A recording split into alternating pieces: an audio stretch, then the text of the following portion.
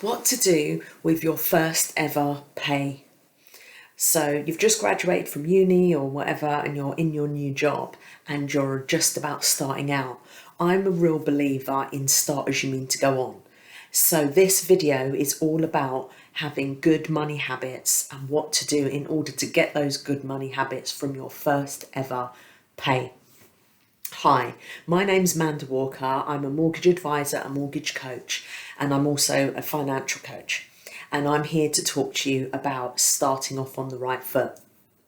Now, I remember when I first started working, my dad always said to me, make sure you put aside money for a rainy day and you have at least 3 to 6 months' money to cover you just in case anything happens. Now, I know this seems like a lot and you think to yourself, well, how will I ever get there?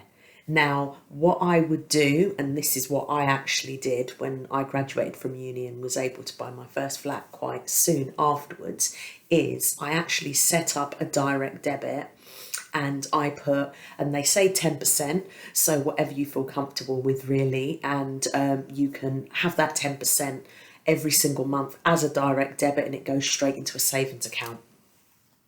Now, the best thing to do is look at what you're earning. So be aware of your finances. That's something that a lot of people aren't aware. So as soon as you start your new job, look at what you're earning. What do you receive in that first pay packet? And then write a list of all of your committed expenses. So what do you pay for rent and then in the future your mortgage? What are you going to be paying for your expenses, i.e. credit cards and food, travel, things like that. Make sure you're aware of those figures. Make sure you've set that 10% direct debit over. Make sure it's all set out right from the very beginning, and then that way you're starting off on the right foot and you never have that feeling of, oh, but a few months ago I was earning X amount and now I'm earning a lot less, because you were right from the very, very first day taking that money out and allocating it somewhere else. And by taking that money out and allocating it somewhere else, one, you build up savings, so you've got enough to cover if something does happen, then you've got enough money to cover it. But the other thing is you are actually saving up for something. So that is really, really important. Now, the next thing I'd like to talk to you about is credit cards. Learn to manage your credit. Now, a lot of people are either completely afraid of debt and they won't go near it, or they're a bit too comfortable with debt. You've got to walk that line, because when you are building up your credit footprint, which you will need to do for the end goal of owning a property, you really do need to have credit. But on the other hand, you also do not need to get into such a habit that credit is just too comfortable for you. So what I would suggest is, yes, be aware of your bills, as we've discussed before, and yes, have a credit card, but make sure you're paying that off every single month. And then that way you're not getting into that mindset of always having high credit card bills, but then you do have a credit footprint which will help you in the future. The next thing I'd like to talk to you about is, what are you buying? So after you've obviously paid all of this money and then and also put the 10% aside and all of that is covered, whatever is left over, what are you doing with that money? Review your finances initially on a monthly basis and then on a quarterly basis. And if after you've done all of that, there is a lot more money left over for socializing or whatever, don't just spend it all. Re-look at how much money you're putting aside every month and increase it. There is a thing called income inflation. And as people's salaries go up, and I did it too, as your salaries go up, you spend more. Don't do that. If you know what your expenses are and you know what you need to spend, don't start spending more as your income increases. Increase how much you're putting aside. The other thing to look at is, where are you putting that money? Once it gets to a certain amount, consider investing it. It's great to have savings, it's great to have that level of security, but think about your level of risk and obviously discuss it with an independent financial advisor or someone who is aware of how these things work, and they can talk to you about putting it in an ISA.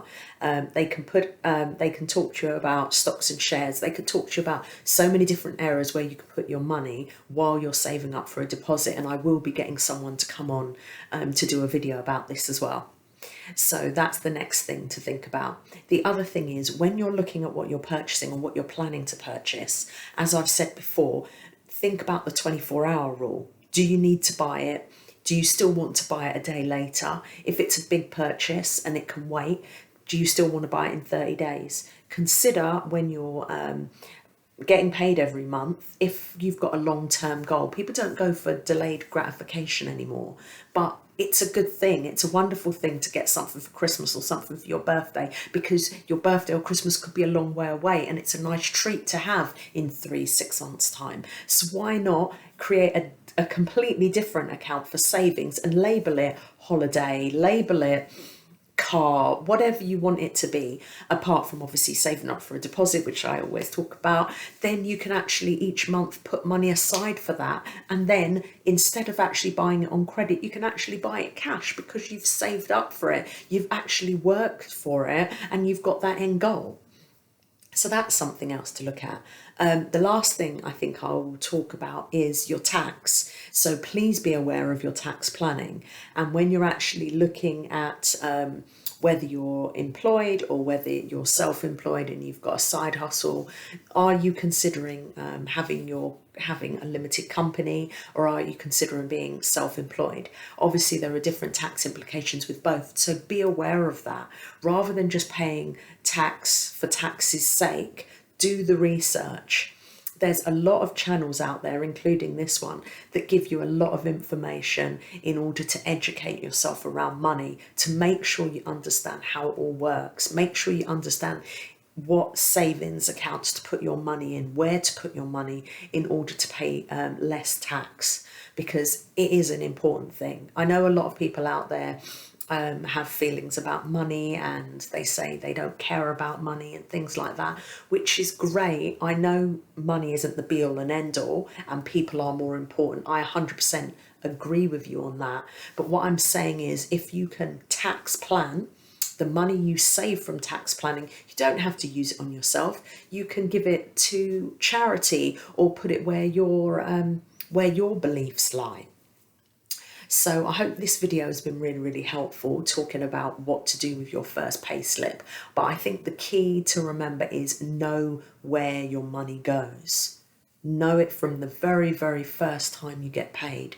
How is it divided? How is it going to work? How are you going to get to your end goal? Because this will really, really help you in the future. And it helps with your mindset to, from the very first pay slip, have it all mapped out, as opposed to trying to save or find that money later. A lot of people do it the opposite way around. They pay all their bills, they go out and they socialise, and then what's ever left at the end, then that's what they put towards their long-term goals. If you do it the other way and invest in yourself, then you will really, really reap the rewards. So I hope you found this video useful. If it's brought up any other topics that you want me to talk about, by all means let me know. Please subscribe to my channel. I could really do with this support, and it would mean I can obviously do a lot more videos and I can reach a lot more people, because I really do believe that everybody has a right to their own home, and without financial education it makes it very difficult for everybody to know what they should be doing. And there's a reason I'm here, is to help others. So thanks for your time. Take care.